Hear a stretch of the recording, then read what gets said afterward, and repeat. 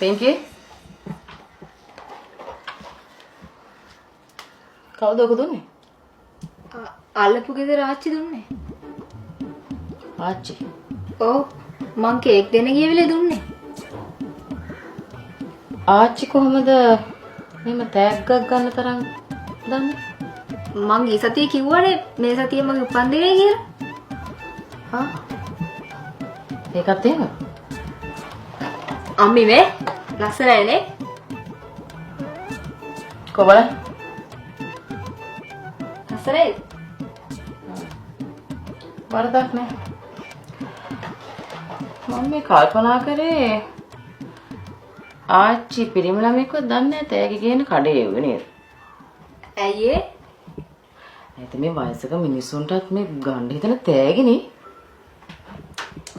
අනේ අම්මි දන්නේ නැහැ ඕවා. අම්මිට තේරෙන්නේ නැහැ. මට මොකුත් තේරෙන්නේ නැහැ. ඔයාට ඔක්කොම තේරෙනවනේ නේ. යන්න ගිර වොෂ් එක දාගන්න.